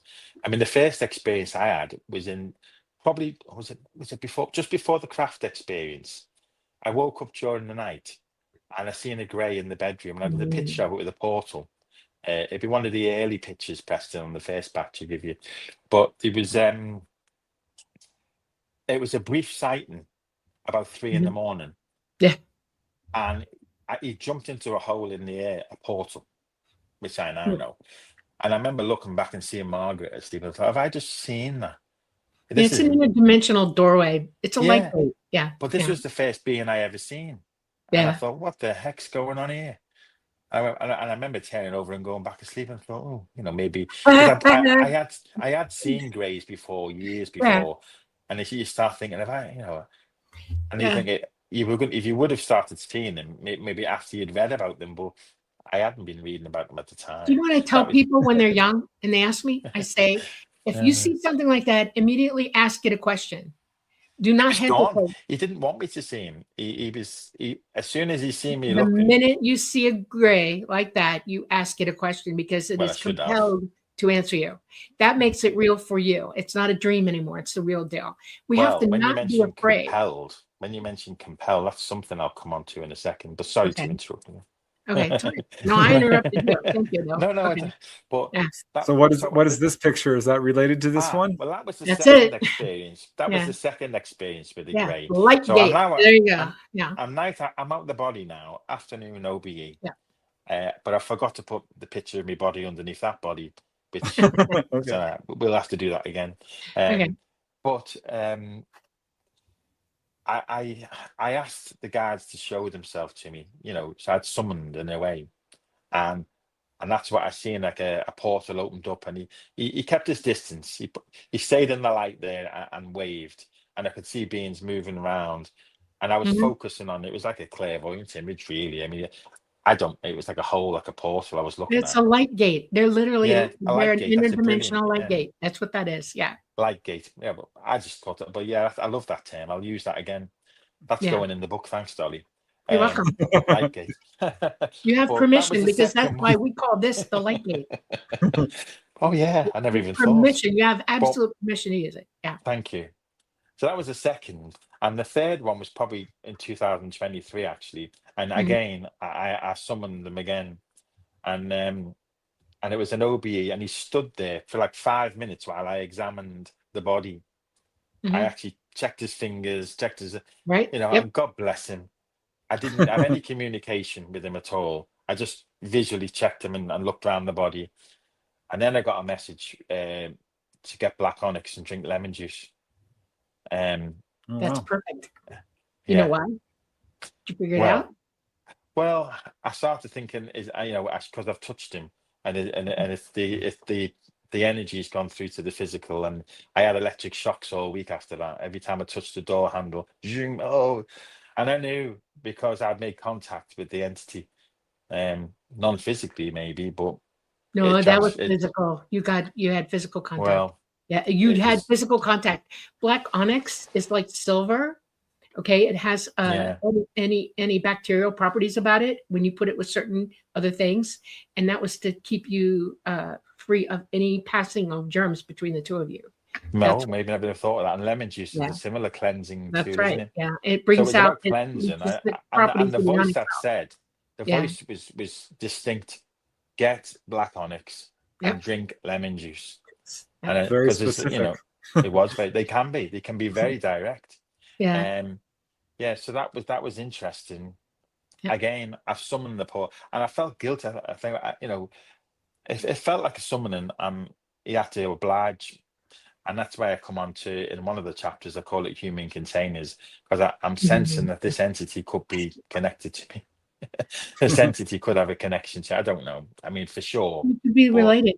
We're all related to them. You realize that, right? Yeah. They are progenitors. Well, there seems to be some connection between me and that entity, and I'm not. Well, it's a lifetime. Then he's probably been with you from the very beginning of your life, working with you. Yeah. Well, there's a guy called Guy Stephen Needler, and he has a theory about this kind of stuff, and he messaged me and he says, the entity is, you're a second reincarnation and he's a primary incarnation, and he's on the craft. I thought, where we go now? So he's my primary. So I thought, I mean, I don't know, but that's a little bit too mumbo jumbo. I know, but it's great to have the experience. Either way, look, it was nothing negative. So I know people Right. talk a lot of negative things about the Greys. So as far as I'm aware, I've never been abducted. I've never been subjected to anything negative. Right. Everything was positive.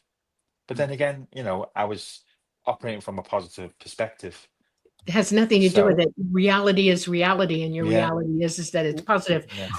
People who see it That's not me, negatively by are the way. already, yeah. No. People who see it negatively are already trained to be negatively influenced. Yeah. You know, it's like people are afraid of the doctor. Okay, terrified. They're terrified of hospitals and needles and all kinds of The stuff. dentist, more like.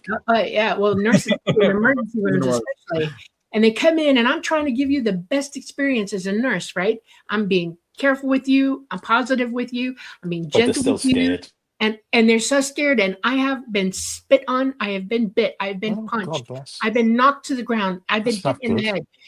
No, and it's human beings doing that to me over something as stupid Yeah. and silly as me wanting to help them. Okay. Mm. But they're already trained in their head to be afraid because they had a dad that was terrified, or a mom, or a bad experience as a very small child. They didn't know Yeah. what was going on. Yeah. And it gets bigger.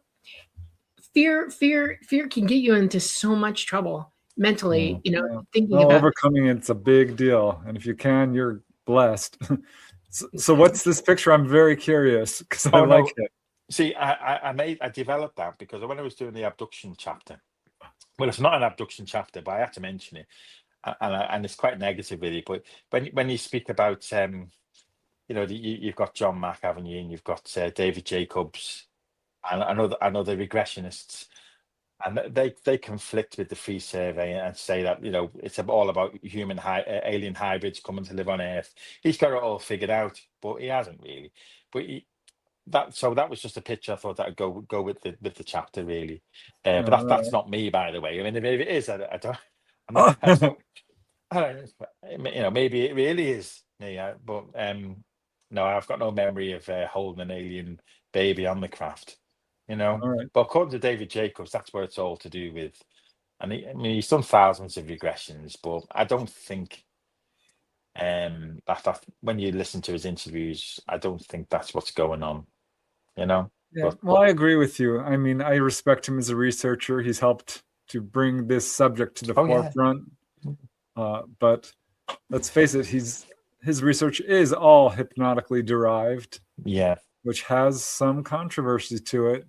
And it just anybody ever got to hear the actual tapes that can he reproduce them for anybody? I'm sure if you asked him, maybe. Because my number one question about all of this is whether he's leading them into what they're coming back, whether he's being a suggestible hypnotist.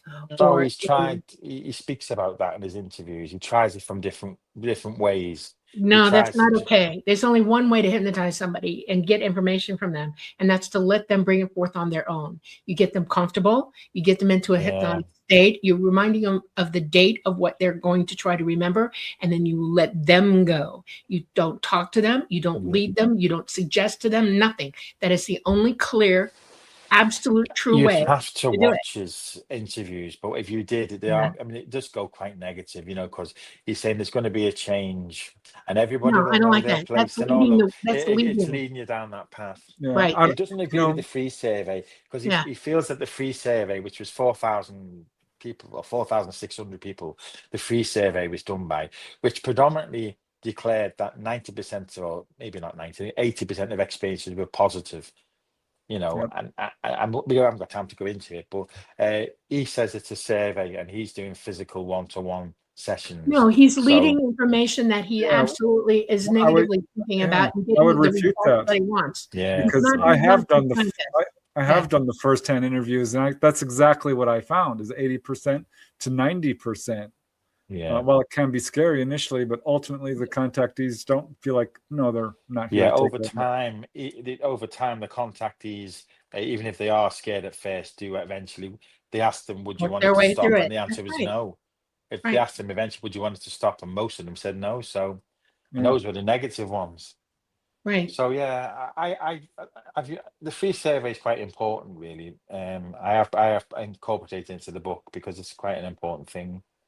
It's the largest of its kind, as far as I know, that we've done so far, isn't it? Yeah. Yeah, let them bring that forth to Congress and see what they say, you know? This is the thing, though, the Age of Disclosure movie, not one, well, I mean, they looked at a few military witnesses like Mario Woods, didn't he? And he was at, Ellsworth Air Force Base. I don't even know the case, but he was guarding the silos from Ellsworth. He had to go out and so he was part of military security, guarding Air Force security, guarding the sites. And they seen a craft coming. It looked very large, and that's it. They were took from the car onto the craft, and he said the craft looked like a beehive, not a beehive, a hive. It was it was the way he describes it. There's a few things in there which indicate that it was out the body, but I don't know. The car was found 30 miles away, the truck.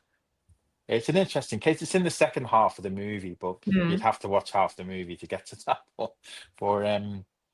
And he was debriefed by Richard Doty.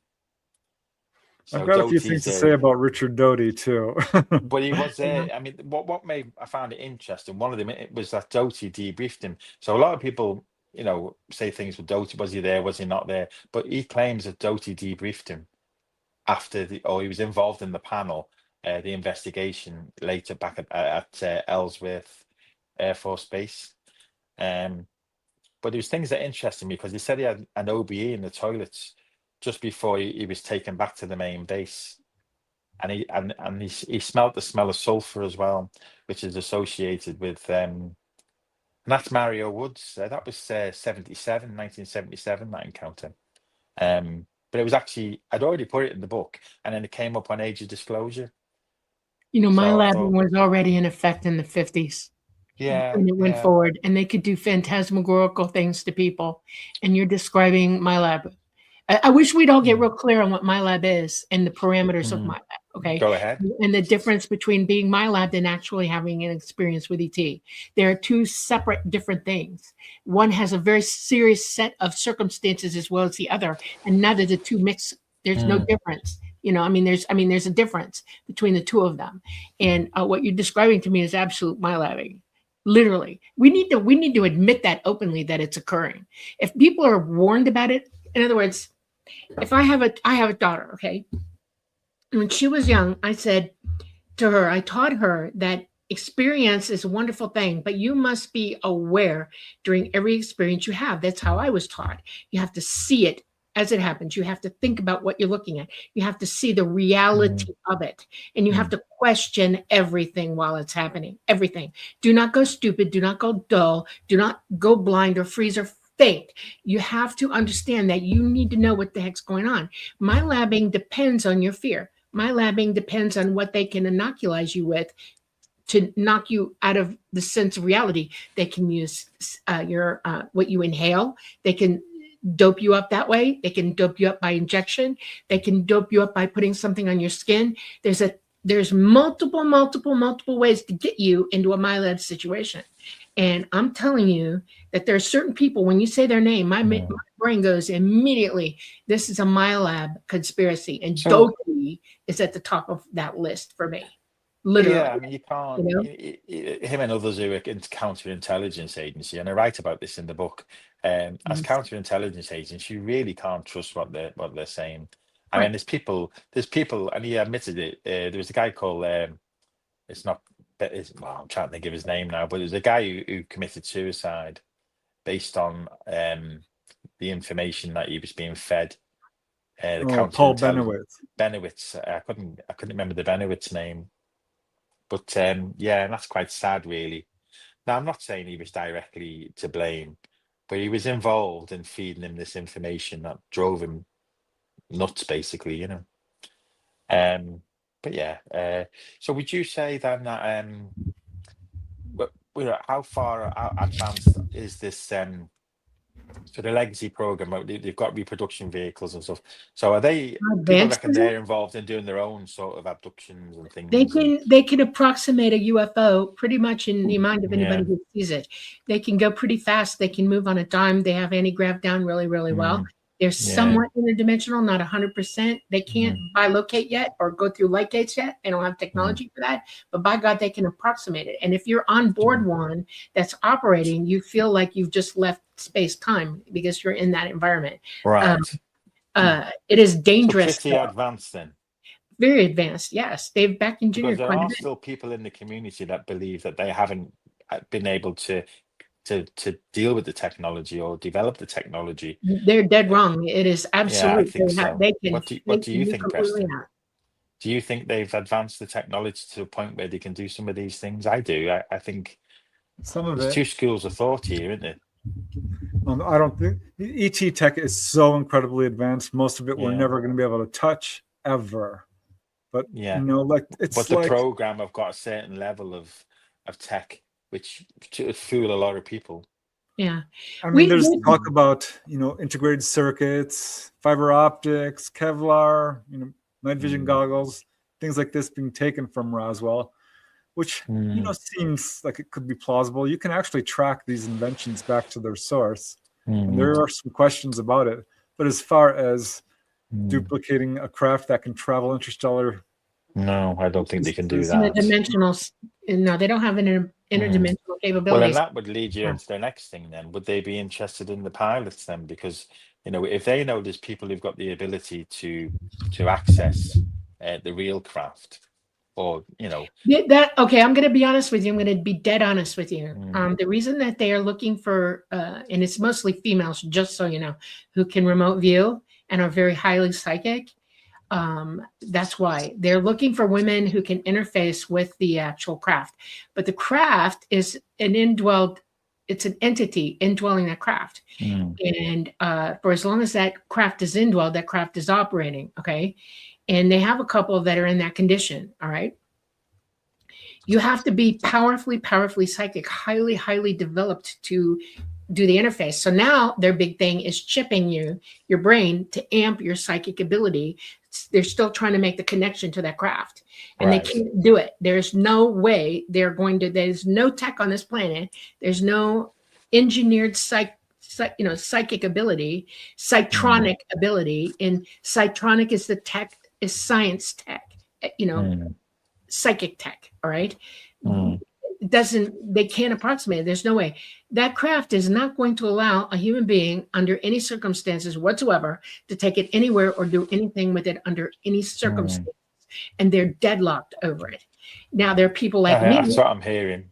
Yeah. That's what I'm hearing. Like the same thing. Who know this, who could fly the craft for them. But you want to know what's going to happen if they try to put me on board?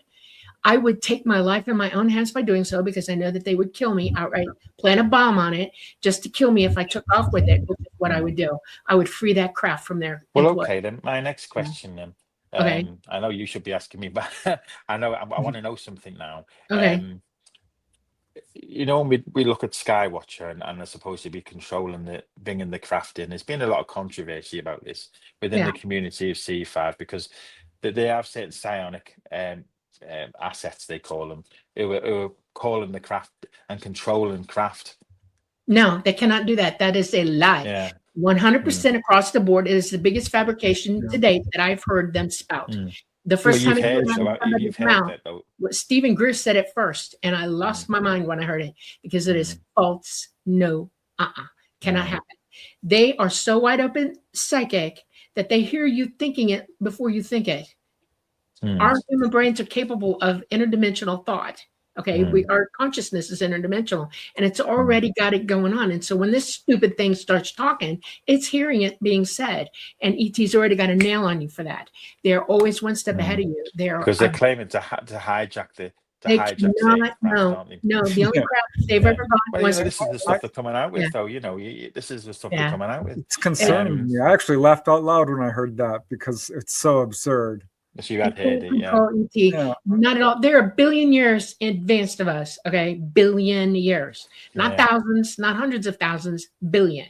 All right, they're so psychic that if you were in the room with them and you started spouting lies in your head, they could walk into your thinking with you, mirror you, and say, look you dead in the face psychically and say, shut up. and I you can would. believe that. I Okay, can believe that. They seem there's to be no so much way more you would get advanced. away with that with an ET. Yeah. No way. That was kind of my main problem with the age of disclosure. While it was interesting to see people of high caliber, supposedly, Yeah, I mean, talking about it seriously, you it wanna- felt so sphere-based. It felt very was, yeah. carefully driven in terms of steering a narrative. Right. They're attempting to get that narrative to get attention. That's what they want to do. But I think they fail to mention that there's a lot of people who are, connected, and they just ignored and just promoted that fear element of the 100%. phenomenon. They're trying to drive ET to do for them what they want them to do, and ET's not going to do it. Period. The end. And there's a reason why the government, the military industrial complex is acting the way it is and doing what it does, is that we have, existentially speaking, we're all in front of, or coming into now, a huge change in our civilization. Okay. And you can feel it. It's happening. It's happening around us all the time. Right. We're getting close to something. Well, it's our poles are changing. We're about to experience a downed grid worldwide into the Stone Age. That's what's coming, and they know it. And then when that happens, there's about 7 or 8 years after that where our sun is going to micronova, and that's bad. And they want that's not the good news. Give me the good news. Give me the good news first. The good news is that it doesn't matter. You're only here for a short amount of time, right? I know. Yeah, it doesn't matter how you exit this classroom. And that's one of the beauty of having so many OBEs. You do feel close to source. You feel very close to it. You don't. It's not a big deal, right? But there's so many people afraid of even that, of not knowing the truth, that they're paralyzed with fear. It's again control. The military industrial complex wants you to be stupid. They're trying to find a way for them to survive an ET to come and pick them up when the time is right. ET is going to make a pickup. As soon as our poles change, they can come back. Okay. Right. They know the grid's going to go down before that happens. And they want you aware. They want your abilities working, and they want you to survive what's coming, including what the world military industrial complex is going to do worldwide. And point blank, I'm telling you the truth, it already started. They're depopulating the planet because they don't want you on top of them when all this happens, because you'll go down where they want to be. And most of us know where that is. They don't want to be fought for it. They want you gone. Okay. There's only 1% that they think should live, and it's them, not us. That's what this is. Point blank. So now that's how it feels, isn't it? Yeah, it is the truth. They've used religion to cause problems. They've used hate to cause problems between us. They got us fighting each other. They got us believing things that are 100% untrue. Nobody knows the truth. It's a great big giant ball of confusion. Okay. All right. And well, that's the whole purpose of the disinformation campaign. That's right. Yeah. Well, they're doing a good job of it, really, aren't they? Let's face it. I mean, because a lot of people are in a terrible state. Well, you want to know how everybody will know the truth?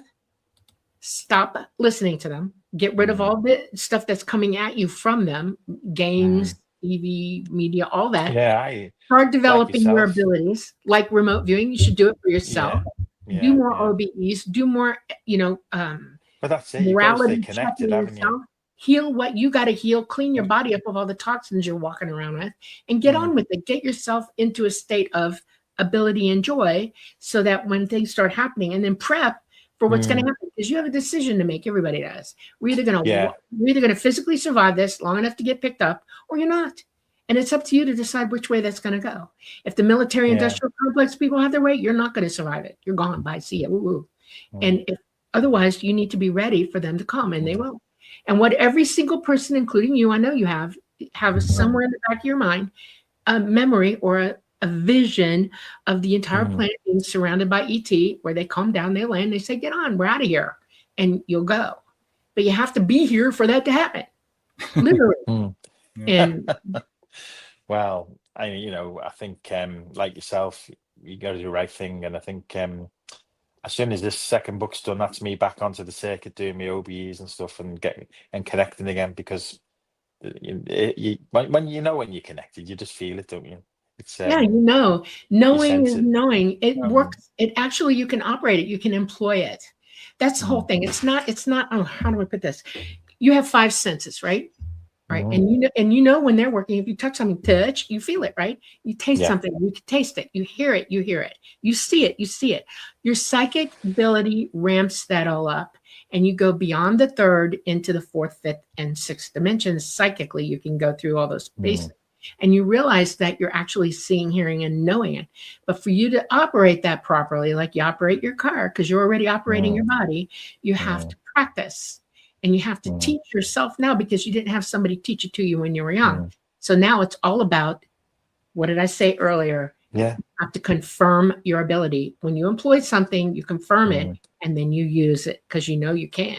And you make things happen. Yeah. And I think this has been one of the main ET goals. This is why they're contacting people. This is why you've written this book, because this is so many people coming out and talking about this. Because if we could get to the point where we can all do astral projection, we can all do clairvoyance and precognition, if that could happen, then if everybody could have the experiences, that we've had, it would be different. It's a game changer for everybody. You wouldn't walk into a room and feel like you were not invited. Okay. Or you would know if you weren't. But this is one of the reasons, and you understand what I'm saying, why you walk into a room and you maybe you don't feel like you belong, because once you're resonating at that higher frequency, it's difficult, and that's how I feel. You just see life differently, don't you? Because you've seen, you feel it, you know it. But that's where we are, isn't it? The volume on your ability to hear psychically, okay? It's not frequency is, everybody's got a frequency, right? I have one, you have one, Preston, the planet has one, the moon has a frequency, everything has its own frequency, like a thumbprint. But what we have is a transmitter and a receiver in our head, okay? Psychic, because your consciousness is already operating, and your physical mind is what's got to pick up the frequency. You tune into it and you turn the volume up so that you hear it. It gets louder and louder and louder until it's like we're in the room right in front of each other. You can hear it that well. You see it that well. It's like I can be in a car with somebody. This just happened to me. And I got in the car and it went 2 minutes later, and all of a sudden, like, oh God, I have to have a conversation with this person. And I don't like to scare people. I don't like to say, you're thinking this, and this, and this. It's rude. I don't do that to people. It scares the hell out of them. So I start a conversation with them and I say, you feed it in slowly. Let's talk about that. And then I walk them into the fact that I'm in their head. All right. And once I start proving that to them, they go, wow, and then they want to know. And then they'll start talking to me and telling me what's on their mind and why I'm picking up all this unbelievable energy from them and what the heck's going on. And they'll dump, and I'll go, okay. And if I have resources and I can help you, that's what I do. Okay. Imagine us being to do that with everybody all the time. Everybody doing it all the time. We would not hate each other. We would love each other. Yeah. We would care about each other. We would be invested in each other, and we would be helping each other to evolve, That's it. And once you throw a few OBEs in there overnight, it soon changes things. Oh, I know. There's one there, Preston, where I was I don't know if you've ever tried it, but when you ask to speak to God, sometimes what happens is another there's one there where there's a lot of people around me, like thousands of souls, and what happened is I went through the portal, and when I came through, there was like a big beam of light. And I was sort of going around in a clockwise direction with thousands of others. And, you could see the glow on the body, and you felt connected. And that's the picture. But I was just this beam was it seemed miles high, and it was hundreds of meters wide. And there was just thousands, maybe even millions of people floating around the beam, just absorbing the source energy, and that was one of the experiences I had where I'd asked to take me to God, and that's where it went. Yeah, it was still a beautiful experience. You realize that's a beautiful picture of what all mind is. The all mind, Yeah, it's all of us, and it. That's how it felt. Yeah. Anyone who does OBEs, I suggest they do that, because it's so amazing. Well, asked to see God. Yeah, connected. Yeah. But it's, you never know where you're going to go sometimes, but if you're resonating well, it's going to be good. So, but you never do an OB from a negative perspective. If you're having a bad day, that's not a good idea. Have you ever gone to the lower realms? Have you ever seen them? Oh yeah, of course I have. Yeah, I've been enticed by the dark many times. Yeah, it's And tricky. you know, I but went down to take a look. It's not pretty. Yeah. you know, I was curious. sometimes curiosity gets the better of me, and you shouldn't tease them because they will make offers. I was offered money and villas and things. They said we can give you all this, and there's times I've gone down and I've been, but you know, sometimes you don't know who's who, but you feel if you're in dark places, tunnels, and Yep. they said to me, "You've crossed the line." They're trying to trick me into sort of. But Believing maybe you I shouldn't have belong been. there. Yeah. Maybe I shouldn't have been messing with them like sort of because I'm like, as you gather, I'm quite a curious person, and I like to test things and push things and the boundaries It's, you know what and. it is? You're alive and they're not, and they bloody figure it out real fast. And they're like, But wait a minute. I've you been know? made other Yeah. offers. Yeah, I've been made offers. I realized I was in a bad place when they started really flattering me heavily. Flattery. No. No, you can do that. Like, why are you They're very talking to me good. this way? But then there's times when I've found myself out of body and I've had an argument with a spirit, and then I found him in the bedroom, and he's come for me, but I know what to say to get rid of them. There's certain words. If you use the term YHWH, which is a term for a godly term Mhm. taken from the Old Turn the light Testament. on. I'm not They don't kidding like you. them kind of things. Yeah, you just turn the light on. Your light. Turn your light on. You Exactly, or literally do become that. light. The And you go, same I see things. you. Yeah, they don't. But ultimately, I try and treat all spirits with respect if I see them. Like in the spirit group, I said before, you see them moving around, and sometimes, and if afterwards you think, did that really happen? They offered you a drink or something, or they stood there and telling you, giving you information, talking to you like about, and you think, did that really happen? Did I really see that? Wow. And you think it did, but at the time you don't. You're sort of in the moment. But no, You try to there's been walk a them few over to the dark. other side. Have you ever tried that? No, I haven't done liberation of spirit. We did have a spirit in the home that was getting quite boisterous. He Mm. was after my daughter. Not me Right. and Margaret heard him speaking. Oh, no. We heard him speaking when we were awake. Mhm. So this is called the independent direct voice. And we were getting a bit concerned. So I got one of the mediums from the group that's experienced in doing the liberation and crossovers, and We we have to moved do them this on. quickly because we're kind of out of time. Yeah. Oh yeah. Well, I'm done. Don't worry. Yeah. So we got rid of him. Well, God bless him anyway. Yeah. Well, that's the end the of that. point. They're sometimes they don't even know where they are at. And help them liberate. Exactly. He was hanging around. I mean, a couple of people got a slap in the face, the males, because you like the ladies, but Yeah. he was only about 18, 19, but he's moved on now. Well, But, we are it's one of out those of things. time, so I do want to Okay. encourage people to check out Jed's Yeah, book, The that's the Astral current book. Traveller, Guardians of Light and Shadow. It's really good. And Yes. looking Please forward do. to your next book, Yeah. Jed. How Think long of it do you like think? think of it like a training manual for the next book. Cool. How Because if long it, do you think it's going to be now? Like, is there a timeline? You working a yeah, timeline? I'm going to get it to the editor by the end of Feb, so I'm hoping to get it out in the spring. Ooh. So if the Astral Traveller was the training book, in terms of you do what I've done in the Astral Traveller, you will Okay. probably get communication and contact, and Okay. then the second book is about the contact, isn't it? So Can we help you liberate the book? Bring it well, out. We'll come on the the show new and book. announce. Oh, I Yeah. intend to. Don't worry. I've got. We will see as we get a bit Yeah. further down the line. We'll have some conversations. Okay. All right. And Down the line. but All right. thank you for asking. Yeah, definitely. Yeah, Without well, doubt. thanks, Jed. Absolutely. It was an awesome conversation. Yeah. We truly appreciate Yeah. it, but we do have to cut it short. Yeah. So thank Yeah. you, everyone, for It's watching. been a pleasure. Truly Thanks, appreciate everybody. it. It's been an absolute pleasure. Thank you. Thank you too, as well. I love having you on, just so you know. Okay. Well, I'm glad to hear, but no, we get on really well, don't we? And Yeah.